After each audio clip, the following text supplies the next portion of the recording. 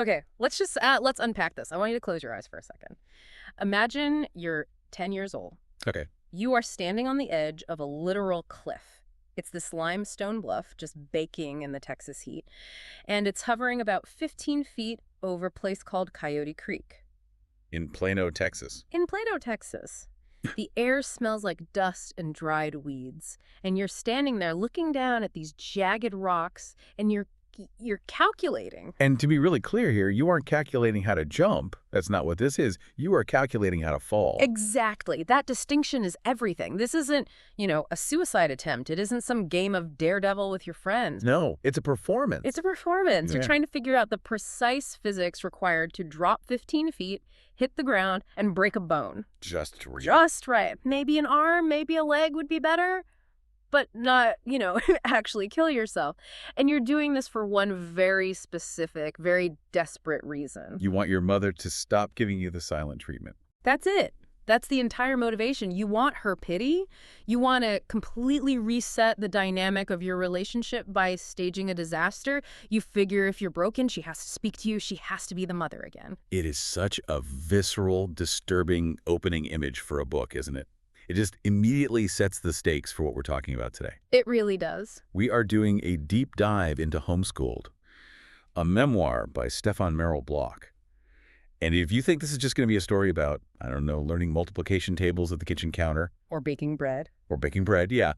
You are in for a very wild and, frankly, a very dark ride. Oh, absolutely. This book it blew my mind. It's funny, it's heartbreaking, and honestly, it's a little terrifying. It is. We're talking about a coming-of-age story set in the 1990s, centering on a boy, Stefan, who is pulled out of the public school system to be educated by his mother.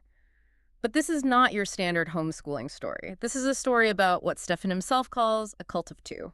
That phrase, cult of two, that's really the anchor for our whole discussion today, I think. I agree.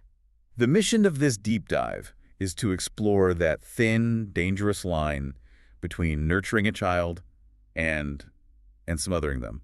We're going to look at the history of the homeschooling movement in the 90s, which is fascinating in itself. It really is. But we're also going to look at the psychological impact of isolation on a developing brain, and ultimately, how a parent's own unresolved trauma can shape and sometimes completely warp their child's reality. And it all starts on that cliff. So Stefan is standing there. He's mad because he and his mom had a fight about his messy room, classic kid stuff. Totally normal. But she's giving him the cold shoulder, which to him feels like the end of the world. So he decides, if I get hurt, she has to be nice to me. It's a child's logic, but it's so extreme. It is. So he lowers himself down on a rope, thinking he's just going to pretend to fall. But then, well, physics happens. Gravity doesn't really care about your planet. He slips. He actually falls the full 15 feet. He hits the ground, gets the wind knocked clean out of him. He's lying there in the dirt, waiting for the snap of a bone, the searing pain. The payoff for his plan. And nothing. It doesn't come. He's fine. He's completely unhurt.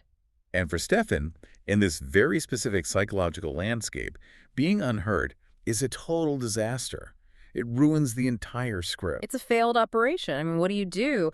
So this 10-year-old boy takes his own elbow and just whacks it against a tree root. Oh, man. He bashes it until he draws blood. He literally manufactures the trauma to get the connection he needs. He creates the evidence. He creates the evidence. And when he goes home, sobbing, holding this bleeding arm, his mother's reaction is fascinating. She doesn't just comfort him. She pivots. This is the critical moment. This is the whole book in a nutshell. She interprets his distress not as a result of their argument or his own actions, but as a symptom that the outside world is the problem. Yes. Specifically, she decides that Brinker Elementary School is the problem. It's failing him. She projects her own feelings onto him instantly. She says something like, I know what it's like to be a kid and feel so stuck. And then she tells him, this is how the world wastes a child's mind.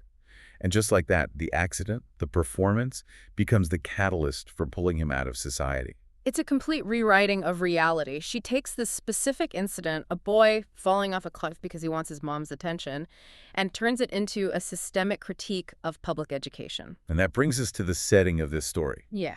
Because we are in Plano, Texas, in the early 1990s. And the way Block describes it, I mean, it's not exactly a postcard. No, he calls it Nowheresville. And that description is just so vivid. He talks about it as a place of erasure. Even the name Plano, it literally means flat in Spanish. Right. Though as the source material points out, the settlers who named it actually thought it meant plain, as in simple, and they got the translation wrong. But flat is just the perfect metaphor for this place. It really is. The land is scraped flat. The history is erased. It's this city of new subdivisions, strip malls, and McMansions just popping up overnight on what used to be empty fields. A sea of beige. A total sea of beige. Stefan describes it as a place where everything smells like sawdust and fresh paint. They had just moved there from Indianapolis, where they had a community. You know, they had old houses, big trees, dandelions. Character, yes. In Plano, everything is artificial. And in this artificial landscape, Stefan's mom views the local public school, Brinker Elementary, as a factory. The factory analogy is so potent, and it was a very, very common sentiment in certain circles during that time. She sees the school as a processing plant, basically designed to churn out conformist little workers. And she believes it stifles creativity. And to be fair, Stefan isn't exactly thriving there. He's shy, he's sensitive, he hides books under his desk to read during class. So he's not the jock. He's not the most popular kid. No. But he does have friends. He's a normal kid in a lot of ways. Yeah. But the narrative his mom builds around him is that he's suffering, that he's in pain. She believes Stefan is a very special boy. And that's with a capital V, capital S, capital B. Absolutely. She thinks he has latent genius. She even claims he might be descended from Isaac Newton or Sir Walter Scott. Wow. The genius narrative. That is a powerful drug for a parent, isn't it? It justifies everything. It does. If your child is a genius, then the standard rules just don't apply. The medical industrial establishment and the educational factory aren't just, annoying. They are active threats to this unique, fragile brilliance. She sees herself not just as a mother, but as a guardian of a rare treasure. A protector. A protector. So the decision is made. Stefan's performance on the cliff works way too well. Mom decides to pull him out. They go to the principal's office, Principal Stern, to sign the papers. And this scene is just so telling. I remember this part. The principal is like, look, Mrs. Block, homeschooling is legal now, so I can't stop you. But Stefan, if you ever want to come back, you have a spot here. Which is a very kind and reasonable thing to say. Very. But the mom treats that meeting like a victory lap. She views it as liberating him from prison. But Principal Stern's warning, it's like the first crack in the facade. She asks, are you sure this is what you want? What does Stefan say? And Stefan, with his mom sitting right there, just radiating this intensity, he says yes. Because what he really wants, deep down, is just for his mom to stop being angry with him. It's a survival mechanism. He chooses the cult of two over the uncertainty of the world. Exactly. But let's pause here and bring in some historical context, because this is the 1990s. Homeschooling wasn't what it is today. It wasn't Zoom classes and well-organized co-ops. What was the landscape actually like back then?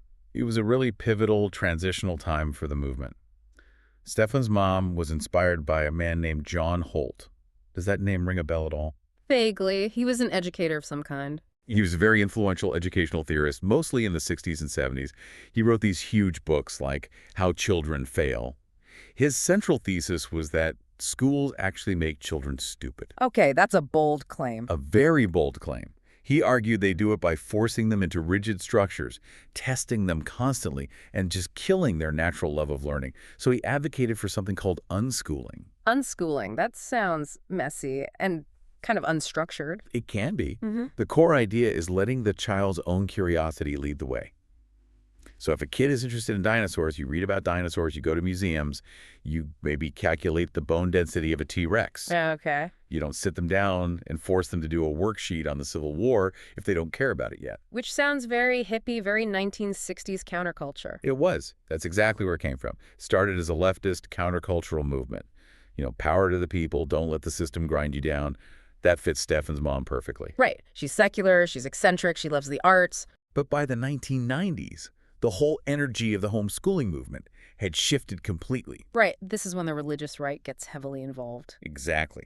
The Christian fundamentalist movement basically took over homeschooling as a primary tool to shield children from what they saw as dangerous secular influences, evolution, sex ed, liberal values, all of it. So you have these two totally different groups. And here's where it gets really interesting. These two groups, the hippies and the fundamentalists, formed this very unlikely political alliance. They both wanted the exact same thing from the government, To be left alone. to be left alone. And Texas was pretty much the Wild West for this, right? Oh, absolutely. The source material highlights that Texas had almost zero oversight at the time. You didn't need a teaching degree. You didn't need to prove your child was learning anything. You didn't even need to register with a specific board in the way you do in many other states. You could just vanish. You could essentially disappear your kid into your house, and the state would not ask any questions. So Stefan's mom, she wasn't religious at all, but she benefited immensely from the laws that the religious right had pushed through. And she used that freedom to create her own unique curriculum. Or lack thereof, really. Because we have to talk about what school actually looked like for Stefan. It wasn't textbooks and exams. It was, well, let's start with the geometry lesson. Ah, yes. The rhombus lesson. This is one of my favorite details in the whole book because it's so absurd but also kind of delightful until you realize this is his entire education. Right, this isn't a fun Friday activity. This is math class. This is it. She's trying to teach him what a rhombus is. And instead of drawing it on paper or, God forbid, using a formula, she puts on a Santana record. Oye, como va? A great song. A terrible geometry lesson. A terrible geometry lesson. She starts dancing the rumba around the living room, and she tells him a rhombus is like a square doing the rumba. It's charming in a way. It's vibrant. It's definitely better than a boring lecture, sure. But does it teach a child how to calculate the area of a rhombus? No. Does it help them understand spatial reasoning in a way they can use later? Yeah. Absolutely not. And that's the pattern. The education is completely performative. That's the word for it. It's all about the feeling of learning, the feeling of being special and artistic, rather than the actual acquisition of transferable skills. And most of the school day wasn't even the rumba. It was what she called the economics of survival. Which is just a very fancy, academic-sounding way of saying shopping at TJ Maxx. Exactly. They would spend hours just wandering malls looking for bargains or going to the movies in the middle of a Tuesday, and Mom framed all of this as street smarts or cultural education. She'd say things like, we're learning how to find value. Right. But really, let's be honest here. It was just filling the void. A school day is 7 or 8 hours long. That is a lot of time to fill if you don't have an actual plan. And she creates this feedback loop to make it all seem legitimate. She keeps telling him he's light years ahead of all his peers. And the math books. Oh, the math books. She buys the teacher's edition, the one with all the answers in the back. So Stefan just copies the answers out. He gets 100% every single time. And she praises him for his genius. It's a completely closed loop of validation. That is the fundamental danger of the isolation. There's no external benchmark. None. In a public school, you know if you're failing math because you fail the test. You know if you run slower than the other kids because you come in last during gym class. But in the Block household, Stefan is a genius because Mom needs him to be a genius. Yeah. And he plays along because he needs her approval. It's a shared delusion. It is. But then things get a lot darker. It stops being just about, shopping and dancing. It starts getting physical. We have to talk about the Blonde Angel project. This part really, really creeped me out. It is deeply disturbing. It touches on so many things. Bodily autonomy, a parent's refusal to let their child grow up. So the backstory is that Stefan had blonde hair as a toddler. But like many, many kids, his hair turned brown as he got older. Totally normal. A normal part of growing up. But Mom is obsessed with that toddler image. She keeps photos of blonde angel Stefan everywhere. She calls him her blonde angel. She wants the baby back. She doesn't want the preteen who's starting to have his own thoughts. Exactly. The baby is hers. The preteen is becoming his own person. So she decides to intervene. She decides that they need to bring that blonde color back. Yeah, and not with like a nice salon visit or something subtle. She starts with sun-in spray. I remember that stuff smelled like lemons and chemicals. Vaguely. But then she escalates to straight hydrogen peroxide. She forces him to spend hours and hours in the pool while she literally holds him like a baby in the hot Texas sun with these chemicals just burning his scalp. The symbolism there is it's tragic. She is trying to bleach the age out of him. She wants to freeze time. She does. And the burning scalp, the physical pain, Stefan endures all of it because being her baby is his job in this system. If he grows up, if his hair turns brown, he's leaving her. That's the fear. And the result isn't even blonde. It turns this horrific fluorescent orange yellow. He says he looks like a radioactive penny. But she persists. She refuses to see the orange. She only sees the angel. It's like body dysmorphia by proxy. She's projecting her ideal image onto him, regardless of the painful reality. And if that wasn't weird enough, we have the crawling. This is where the pseudoscience really takes over and things just go off the rails. Oh, this is a classic example of a parent reading one article in a magazine and then extrapolating a whole lifestyle from it. Totally. She reads something that suggests crawling is essential for developing fine motor skills and specifically handwriting. She looks at Stefan's handwriting, which isn't great because he's not writing much, Right. and decides the problem is that he didn't crawl enough as an infant. The solution is obvious. So she prescribes crawling as a medical treatment for a 14-year-old boy. And his older brother, too. Oh. Imagine this. You are a teenager. Hormones are kicking in. You're trying to figure out who you are. Yeah. And your mother is making you crawl on all fours across the living room carpet to rewire your brain. It's so humiliating. It's regressive in the most literal sense. It infantilizes them physically. And for Stefan, the psychological toll of this is just immense. He describes in the book how he started cutting and picking at his own skin during this time. It's just to feel something real. Yes. He creates physical pain just to feel something that is his, something tangible amidst the utter absurdity of his daily life. It's like he's trying to verify his own existence. I bleed, therefore I am. Because socially, he is just vanishing. Which brings us to part 3 of our deep dive, the social vacuum. Because he didn't just lose school, he lost everyone. It was a systematic dismantling of his social circle, and it was often instigated by the mother, whether consciously or subconsciously. The suckers incident is the perfect chilling example. Mom drives Steph past his old elementary school during recess. He sees his old friends out there playing kickball or tag. And a different parent might say, "Oh, look, they're your friends. Do you miss them?" Right. But instead, she forces him, she goads him, to roll down the window and yell suckers at them. Think about the psychology of that for a second. She is forcing him to burn the bridge himself.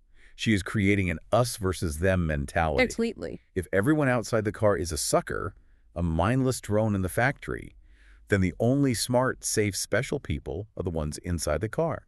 It solidifies their bond by demonizing his peers. It's classic cult tactic 101. Isolate the member from the outside world by framing the outside world as inferior or dangerous. And then there's Noah Polk. Noah was Stefan's best friend. He was the one kid Mom still allowed him to see. But even that gets twisted and corrupted. How so? Mom decides that since Noah comes over so often, and she's, supervising, she should be paid for her time. She starts charging Noah's single mom for childcare or tutoring. Oh no, that just kills it. It fundamentally changes the dynamic. It creates this transactional, awkward nature to the friendship. No one knows his mom is paying for him to be there. It builds resentment. It's not two kids hanging out anymore, it's a service being provided. Exactly. Eventually, the boys get into a physical fight. Naked, actually. Wrestling in a way that creates this dope sense of shame. And Mom uses it as an excuse to ban Noah. She banishes him. And just like that, Stefan has zero peers. He is completely alone. And the book touches on the neuroscience of loneliness here. What does that kind of isolation actually do to a developing brain? It's devastating. The source material references the concept of failure to thrive. We usually use that term for infants who aren't being held enough, who don't get enough physical contact, but it applies to social development too. That makes sense. Humans are social animals. We need interaction to develop the neural pathways for empathy, for emotional regulation, for understanding social cues. When you isolate a child, the brain can create paranoia. It creates a heightened state of fear and anxiety. And Stefan describes himself as the boy from Nowheresville. He starts writing these stories about lonely children who just vanish into magical worlds because that's what he feels is happening to him. He's just fading. He does try to break out once, though. He goes to a summer camp, Camp Haggard. Oh man, Camp Haggard. Talk about a name that really sets the tone. Right. It sounds miserable from the start. Yeah. And it is a complete disaster. It sadly confirms all of his mother's worst fears about the world. He gets bullied mercilessly. They call him the homeschooler. He doesn't know the slang. He doesn't know the social codes. He's an alien. He is. And there's this terrifying scene where he's nearly drowned during a body search drill in a muddy lake. One of the other boys just sits on his head underwater. And he realizes he doesn't speak the language of other kids anymore. Yeah. They're talking about music he's never heard, movies he hasn't seen. They're cruel in ways he's not prepared for. So he comes home traumatized, and Mom is right there to say, see, I told you, the world is bad, home is safe. It just reinforces the trap. If the world hurts you every time you try to enter it, eventually you just stop trying. So he retreats into two worlds. Virtual reality and hamsters. The hamsters are such a poignant and sad metaphor in this book. Mhm. He builds this elaborate hamster palace with tubes and extensions running all over his room. He names them Harriet and Herbie. But let's be real, it's a cage. It's a cage he controls. He can't control his own life, but he can control theirs. He projects his whole life onto them. When Harriet, the mother hamster, dies, allegedly of heartbreak or just exhaustion after raising a litter, it's a direct mirror of the intense emotional labor happening in Stefan's own home. He's watching a mother figure literally consume herself for her offspring inside a tiny plastic tube. And then there's the internet, the blabatorium, he calls it. This is the era of AOL chat rooms. You can hear the dial-up screech just reading about it. Oh, yeah? Stefan creates a persona. He's SBLOLCK13, and he meets Snickers for You. And Snickers for You represents this lifeline, a connection to the outside world. He thinks this is a teenage girl in Oregon. He pours his heart out to her. He feels seen for the first time in years. He's vulnerable. He sends her a photo of himself, hair slicked down, looking so young, and he asks for one back. And God, this part of the book hurt to read. He waits for the image to download. You remember how slow images used to load? Line by painful line, top to bottom. The suspense is just excruciating. And as the image finally resolves, it's not a teenage girl. It's a 30-something man exposing himself. It is the ultimate betrayal of his trust. The one safe world of home, the one place his mother promised him was secure, has been breached in the most violating way. It teaches him that there is no safety, not outside at Camp Haggard and not inside on the computer. It creates this profound sense of shame and even deeper isolation. And he can't even tell his mother about it. No, Oh. because she'd just banned the computer, his only connection to anything. It's just layer upon layer of trauma. But we have to ask the big question. Why? Why is his mother doing this? She clearly loves him. That's never in doubt. She's not doing this to be cruel. She genuinely thinks she's saving him. To understand the why, we have to go back to her own childhood. We have to look at the ancestry of trauma. A haunted place. Copp's Brook in New Hampshire. Right. Mom grew up with her own profound trauma. When she was a little girl, she played in this toxic brook and got very sick. She was diagnosed, or possibly misdiagnosed, with polio. When back then, in that era, polio meant one thing. The ward. The quarantine ward. She was separated from her family by a glass wall. She describes in the book screaming to be let out, seeing her parents on the other side of the glass, but being completely unable to touch them. That is the primal wound, isn't it?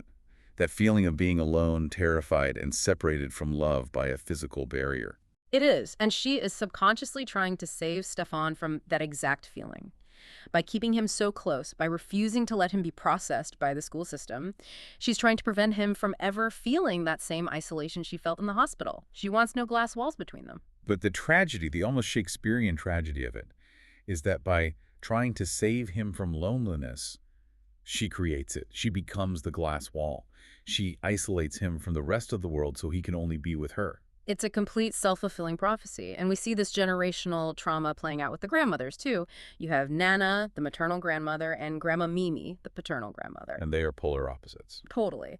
Nana is sweet, but she's fading. She has dementia. And Stefan forms this bond with her because they're both, in his words, out of time.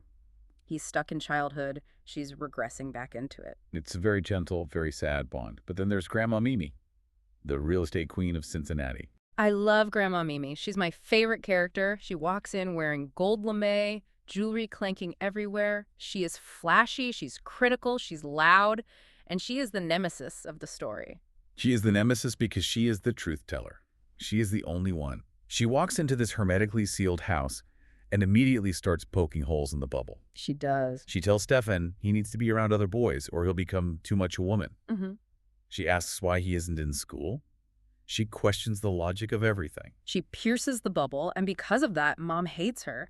But Stefan is desperate for that dose of reality. He realizes Mimi is the only adult who is making any sense. So he tries to form an alliance with her. He betrays his mother by, slacking off to show Mimi that the whole homeschooling thing is a sham. And that leads to a physical altercation with his mom. She actually pushes them. She gets physical because her control is threatened for the first time. It's a major crack in the foundation of their cult. She's losing him to the outside influence of the grandmother.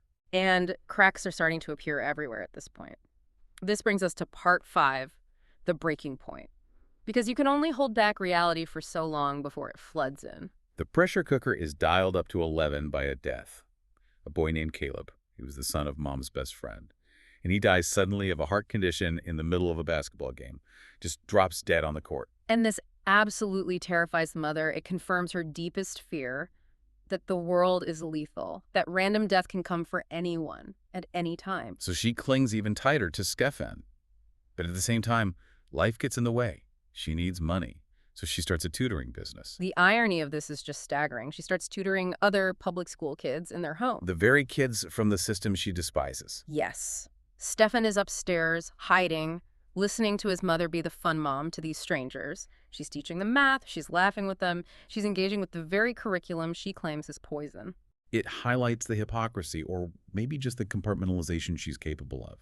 She can function in the real world, she can help other kids succeed in the system, but she cannot let her son go into it. And Stefan watches all this from the stairs. He realizes he's 14 years old. He's hairless because his puberty is delayed, probably from the chronic stress of this environment, and he's completely socially stunted. He looks at his hamster cage and he has this epiphany. I am the hamster. And that epiphany culminates in the birthday cake incident. This is the moment the movie turns. This is the climax. They go to the art museum for his 14th birthday. They're looking at a Monet painting. And Mom makes this grand, completely delusional promise. She says, if you stay home with me for high school, you can be bigger than Monet. She's dangling immortality in front of him. Don't just be a normal kid, be a legend. It's the ultimate manipulation. It is. And then they go to lunch at the museum cafe. Mom orders a slice of cake. She takes a bite, and she just freezes. She spits something out onto her napkin. And it is a short of glass. And a piece of glass was baked into her birthday cake. It's such a cinematic, unbelievable moment. She's bleeding from the mouth. The sweet treat, the symbol of their celebration, has a razor blade hidden inside it. It breaks the spell. It's a physical manifestation that their isolated, protected life is actually dangerous. The danger isn't just out there with the bullies in the schools. It's right here in the cake, in the home, in the lie. And Stefan finally snaps. He sees the blood and he realizes safety is an illusion. He issues the ultimatum. He insists on trying public school. Just for a semester, he says, but he knows. He knows he has to get out. And Mom, defeated perhaps, or maybe just realizing she's finally lost this battle, she agrees. But she does not make it easy for him. No. In many ways, she sabotages him from the start. This is part 6, re-entry. And honestly, this part of the book is excruciating to read because the secondhand embarrassment is just so high. Also brutal. Stefan is going into 9th grade. High school, but Mom insists he has dysgraphia, bad handwriting. It's a ruse to explain why he's so far behind on basic skills like, writing. And to accommodate this supposed disability, she sends him to school with props, not a laptop, not even a notebook, a massive, outdated electric typewriter. A typewriter. In a 90s high school classroom, can you imagine the noise? Clack, clack, clack, ticking. Every time he types a single sentence, the entire class turns around and stares. And it gets so much worse. She doesn't give him a backpack. She buys him a rolling plastic filing cabinet. A filing cabinet on wheels. Who even sells that to a child? And she decorates it with these weird dated stickers. She puts a sticker on it that says, "Where's the beef?" From the 80s Wendy's commercial. She thinks it's funny. She thinks it'll make him cool and retro.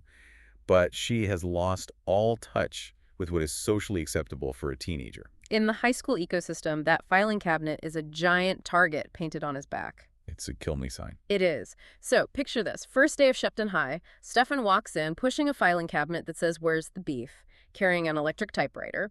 He's immediately nicknamed Where's the Beef and Mini Bert after another bullied kid. He is instantly at the absolute bottom of the social hierarchy. He eats his lunch, balancing on a toilet seat in the bathroom stall, just to hide from people.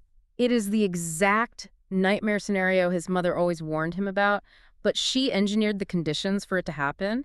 She sent him into the shark tank, covered in chum. And then, the crushing blow, he sees Tiffany Hauser. His old crush from elementary school, the one girl he used to talk about books with. And he thinks, okay, here's my connection. She knows me. She remembers the real Stefan from before. He runs up to her. "It's me, Stefan." And she just looks at him. And she barely recognizes him. She looks at the filing cabinet. She looks at the typewriter. She's completely weirded out. She's moved on. She's a teenager living in the real world, and he is a time capsule that has just been dug up and dragged into the hallway. And the realization just hits him like a truck. He hasn't been preserving his genius. He hasn't been getting light years ahead. He has simply been left behind. The huge gap between his mother's narrative, "You are special," and the stark reality, "You are a weird kid with a filing cabinet," is fully, brutally exposed. It is the death of the fantasy. And that is the most painful, but also the most necessary part of growing up, isn't it? Realizing your parents are fallible, that their worldview might actually be wrong.